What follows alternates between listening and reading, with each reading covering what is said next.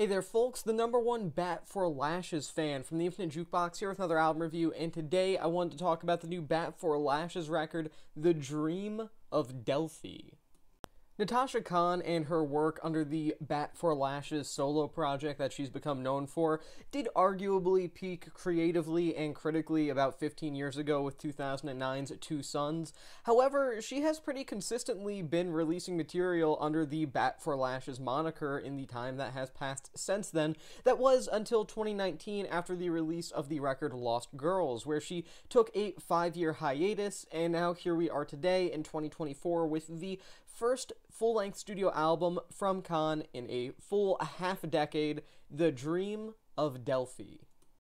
The Dream of Delphi feels like it's a record that should be fairly accessible overall. It doesn't take part in a lot of the eccentricities that would generally allow it to become an otherwise inaccessible or difficult to tackle record for the average listener or for the average non-fan of Bat for Lashes, and it's a pretty short record too, allowing even people who find themselves fairly indifferent towards Khan's work overall to probably find this one pretty easily approachable, generally speaking. So it is really unfortunate that despite this ultimately being a comeback record in the most literal sense after a full 5 years since her last studio album and the beginning of a creative hiatus, that this just isn't that great.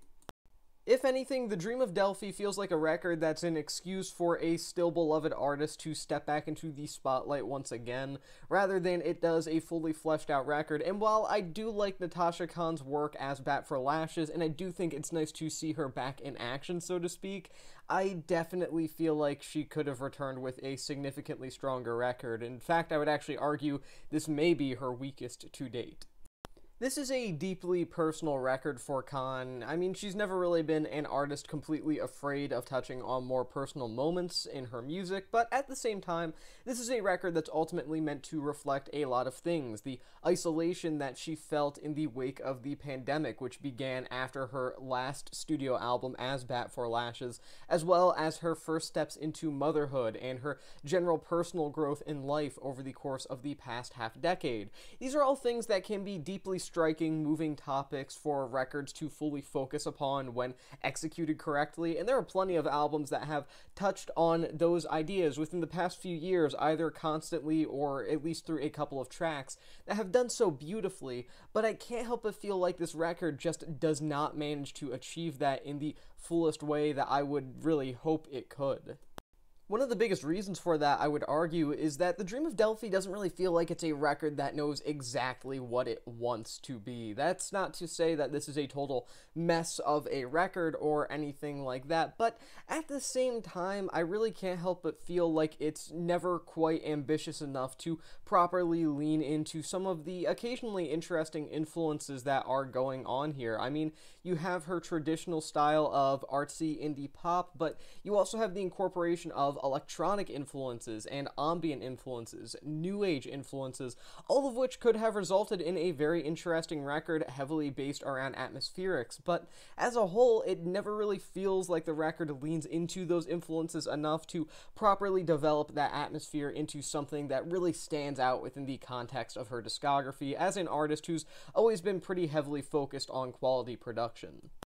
And that's not to say the production is bad here. It's fine overall. I have really no qualms with the behind-the-scenes work for this record in particular, but at the same time, it doesn't feel especially special. It doesn't really feel like this is a record that is fully developed in a way that makes it feel unique. It's an album that's never truly ambient, yet at the time is also never really truly fully developed. It feels like an album that's trying to do both things at the same time, and between a limited runtime and a seeming inability to really capture a fully fleshed out, traditionally structured pop song and more ambient, atmospheric, new age influences, never really manages to do either especially well. I would actually say that the vast majority of full-length tracks that are here feel deeply uninteresting at times, not because of the fact that they are so tender musically or anything like that, but just because of the fact that I feel like they aren't going in any particular direction that is especially interesting based on some of the base ideas that are presented here in the creation of this record. In fact, I actually think the most interesting song surrounding this entire album is on the bonus track part of the record, the non-official album track list, where you get the extended version of the title track as a bonus track. It's a 6-minute roughly long track. It's this extended version of it, and I feel like it's a much more well thought out, developed, lush take on what this record could have been. But ultimately, I feel like a huge amount of this record, and tracks like Home, for example, ultimately represent an album that never really manages to properly walk any sort of line between ambient material and more, again, traditionally structured pop songs, thus kind of making this a bit of a nothing album beyond the admittedly extremely heartfelt song topics at hand. So, yeah, as a whole, I would say that one of my biggest issues with this album isn't that it's inherently bad in any way from a compositional standpoint, from a conceptual standpoint, but rather that the few very interesting ideas that it does have, it never really feels bold enough to fully embrace in a way that is ultimately impactful upon the record itself. And again, I don't necessarily think this is the worst album of the year or anything in terms of the instrumentation. I just think it's extraordinarily disappointing to see an album that is very obviously meant to be deeply introspective, deeply personal, be represented musically and atmospherically by a bunch of ideas that feel kind of half-baked. I also think that a major issue with this record is one that I never thought I would cite about really any album ever, which is why with the interludes, they make up like a quarter of this record between the regular named interludes and the interlude adjacent intros and outros of some tracks. It's just baffling how much of this record feels like it's built up to absolutely nothing, because there is no release of that pressure, and there's really not even a particularly good buildup of that pressure in the first place. It really does feel like it amounts to nothing at all musically.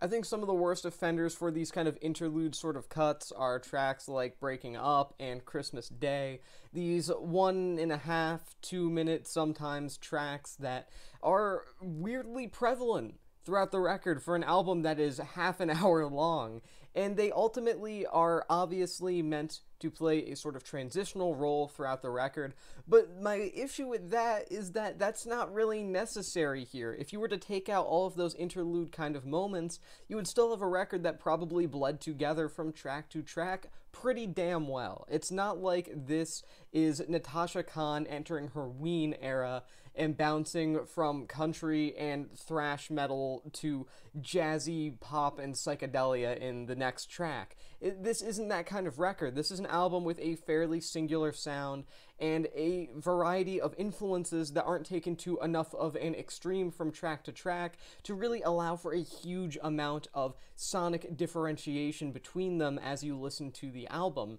So these transitional moments, these interludes, kind of feel fruitless at the end of the day and only end up being these extended moments in an already brief record that just drag things down even more than they already are.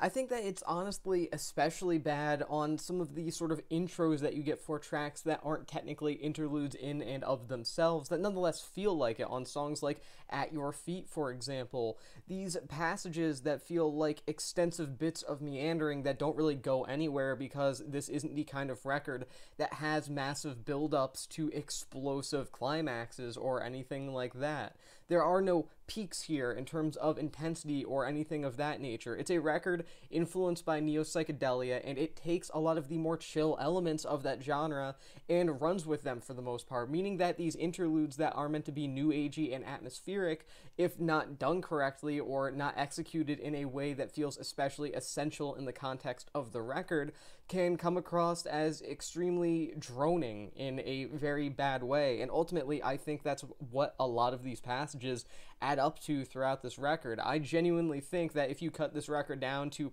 18, 19 minutes EP length, this would be a very solid EP and a nice return for Natasha Khan as Bat for Lashes. But as it stands, there's just so much blank space going on between fairly alright, well-made, artsy pop, electronic influenced songs that it's hard for me to really say this album is especially gripping, because in the couple of moments where it feels like things are maybe going to start picking up, there's another 2.5 minutes of entirely forgettable ambient influenced exploration and experimentation that I can't help but feel doesn't really serve any purpose here. I also don't think it really helps that I wouldn't necessarily say her vocal performances here are extremely impressive. I mean, of course, she's never been the Mariah Carey, Minnie Riperton belter kind of type or anything like that, but at the same time, I feel like even on some of the more sentimental and elegant kind of tracks here that nearly work for me, her vocal performances just aren't the best. I think a great example of that would be the track Letter to My Daughter, a very direct example of the explorations of parenthood and the variety of mixed feelings that come with that she does take on here throughout the record very often. And I feel like lyrically it is a solid cut, but her vocals just don't really do it for me. It never really feels like she is fully 100% engaged in the material at hand, and obviously she is, because this record comes from a very personal place for her. I think that goes without saying. It's just that it never really feels like it.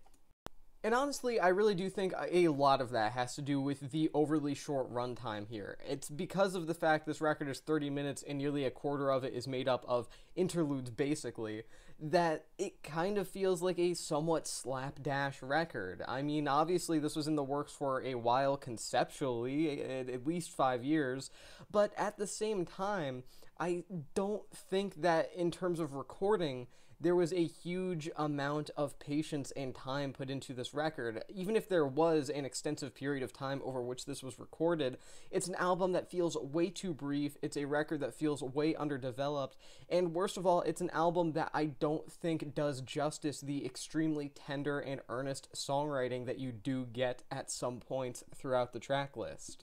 So yeah, as a whole, new Bat for Lashes record, it's nice to see her back after half a decade of creative hiatus, and it's nice to see her tackling music again with an extremely personalized worldview that has her tackling a number of topics that are exclusively hers and hers alone. It's cool to see the Bat for Lashes name back and active in music today with a fresh take on the overall project and what its overall sound is. I just think it's a shame that there aren't really enough particularly good qualities about this album that make me want to call it good.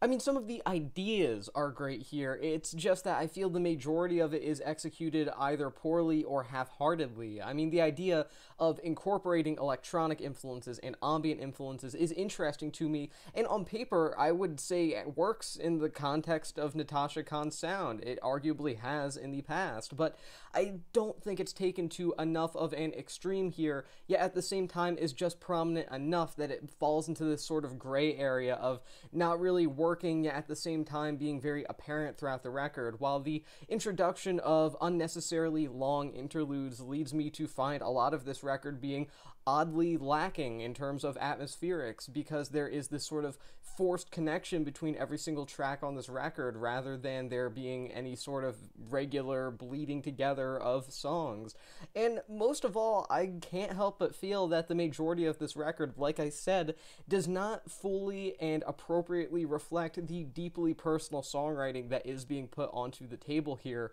with a lot of the record compositionally, vocally, etc., kind of feeling just a bit thrown together for a record that otherwise would have been easily Khan's most deeply personal album to date.